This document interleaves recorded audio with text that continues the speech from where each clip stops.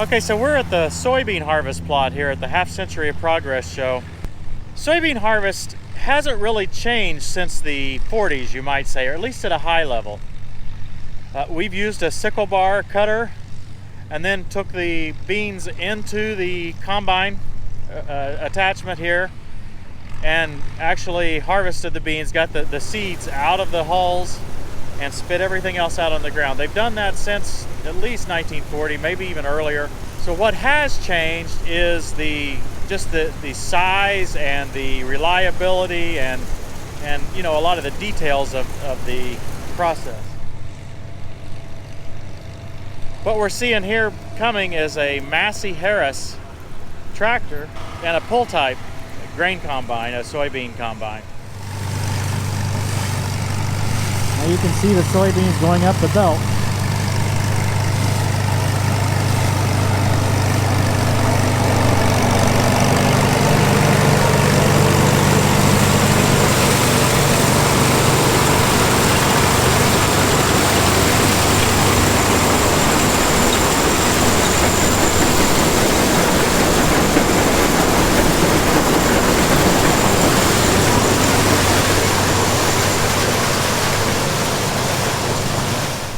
Now what we see over here is a self-propelled combine. So the engine, the transmission, the drivetrain is all part of the combine itself. And that one's a Massey Harris. That's an early one. I really enjoy seeing someone that's actually restored one of those old machines. There's a lot of moving parts in those machines. None of them available anymore, so they have to make them themselves, the replacement parts. And the original reliability wasn't anything compared to the reliability of today's machines. Now this is an international rotor combine, axial flow it's called. This was a revolution in harvesting. These first 14 models, there was a 1420, 1440, 60, and 80. These came out in the late 70s, maybe around 1980 actually. Totally changed harvesting, especially for corn. Now this is a self-propelled combine, much like we use today. By combine, we mean that not only does it harvest the ears, it also shells them. So the finished grain product is put into the front. Now if you'll see here, some of these machines aren't doing the best job. They're leaving some corn on the cobs. You're supposed to get all that corn off the cobs, put it in the grain tank. Here comes another John Deere 45 EB. I don't know what the EB stands for. I need to look that up.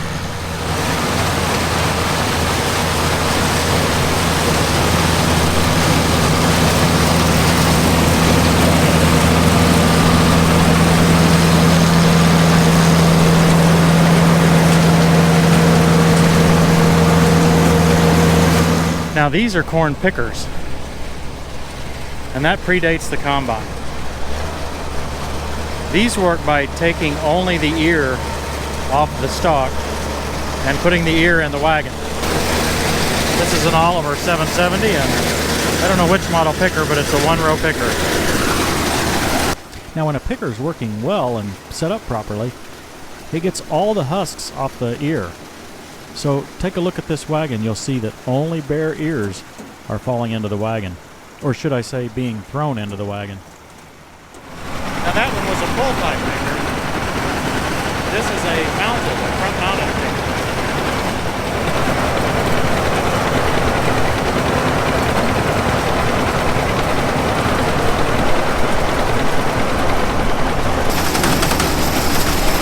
You might have wondered why older tractors have a tricycle front end or the two front wheels very close together. Well, this is the primary reason, so that they could run a mounted corn picker. Please take a moment to click that logo in the lower right corner of your screen to subscribe to our channel. We'd really appreciate it. Thanks. New Idea was one of the most well thought of brands for corn pickers. I believe that's an International M or H that it's running on. It's all driven by the rear PTO.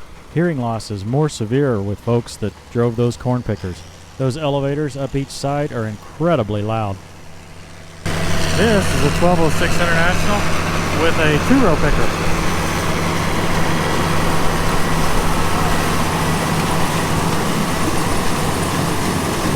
row picker starts. That's a huge mistake.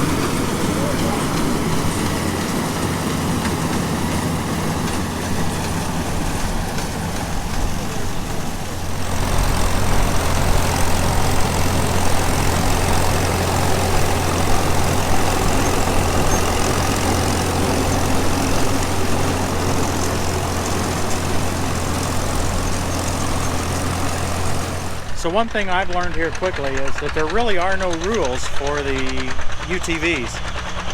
I just don't think you could get away with this if it weren't an agriculture type event. People are respectful about it. They seem to know where they need to be and where they don't need to be. So this was a field that was harvested yesterday and I think plowed yesterday and did. Well, they've rolled it and packed it all back down and they're plowing it again today just so they can have some fun.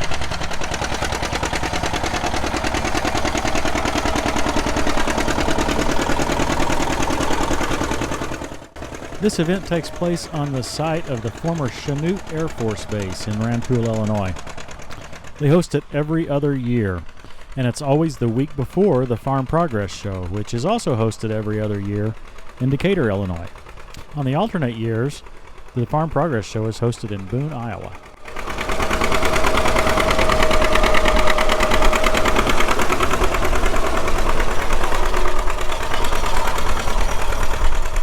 Now, if you've been a part of this channel very long, you know that I have a special fondness for the Olivers. Now, this old 770 is having a little challenge with his 3-bottom plow.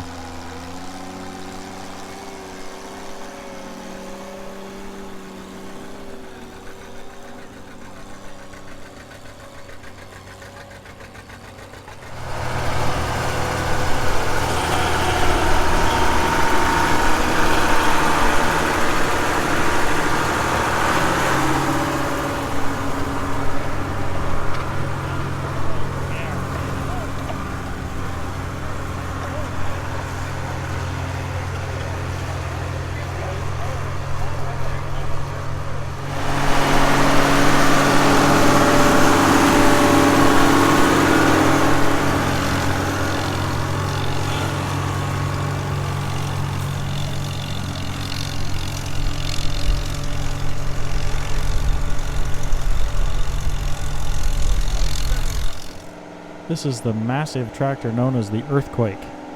It's now 850 horsepower. It was 750 when it was first made. There were only 3 of these made.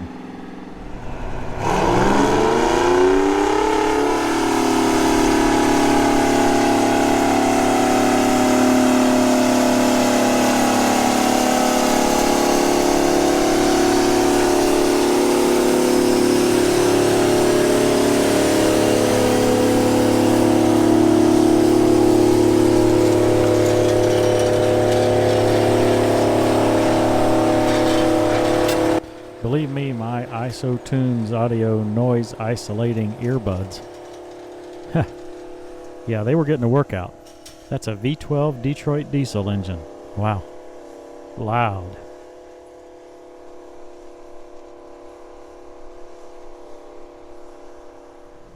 This is a Steiger Tiger 450.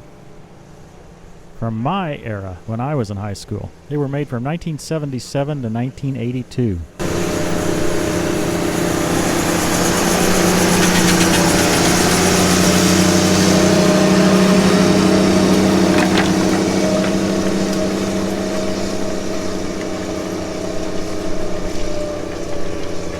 Say worth coming down just for that, huh? That was worth coming down just for that, yeah. A 20 bottom and a 15 bottom.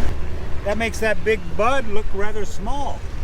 Yeah. Big Bud used to be the biggest tractor around. Now it's pulling twice as many bottoms as what Big Bud had. Folks, I know it's supposed to be a antique tractor show, but I don't believe I've ever seen as many UTVs as what I'm seeing right now. I'm stunned. And the most stunning part is that everybody seems to be navigating successfully without any rules. The only rule is a 5-mile-per-hour speed limit. There's no rules about which direction you go, no rules about, you know, 4-way stops or anything. People just seem to find a way to make it work. I find this really interesting. Now we're getting ready for a parade here. I assume it's a parade of all the old antique equipment. We'll see how that goes.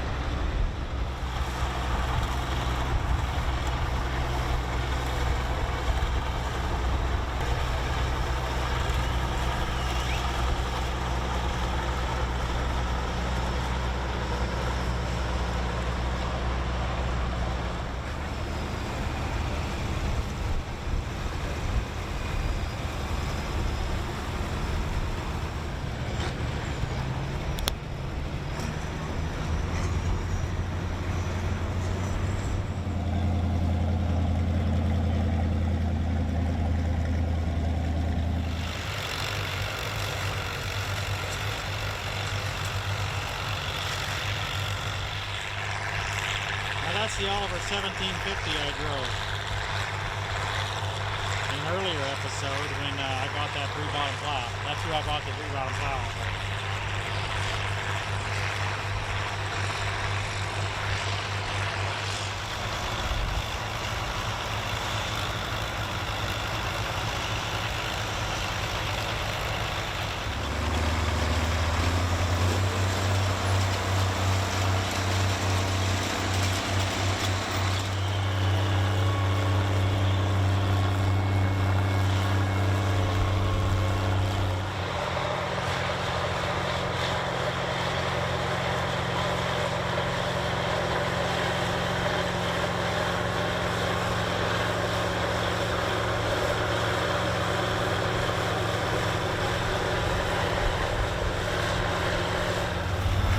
Disc doesn't have any lift, see, so it's a drag type disc.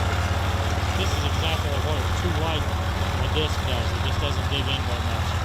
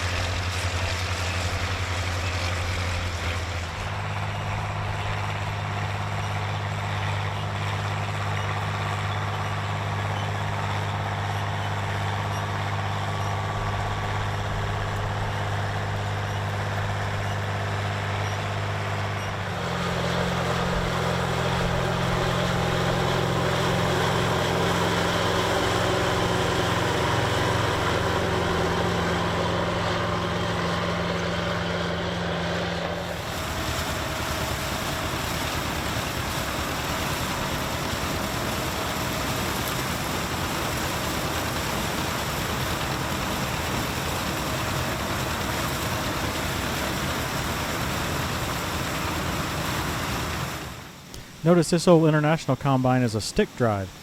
It's basically a large zero turn.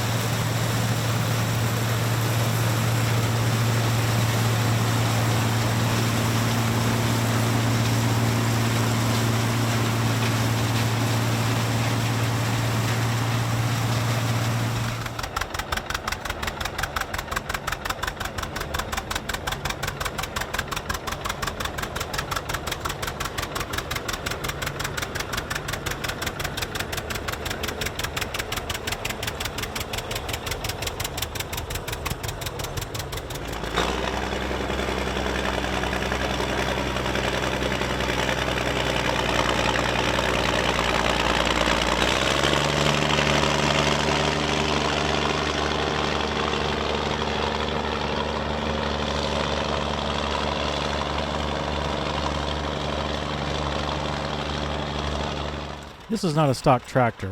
This guy added a set of tracks to an old John Deere 60. It looks original. Great job. I was told that the same guy added this front wheel assist to this other 60.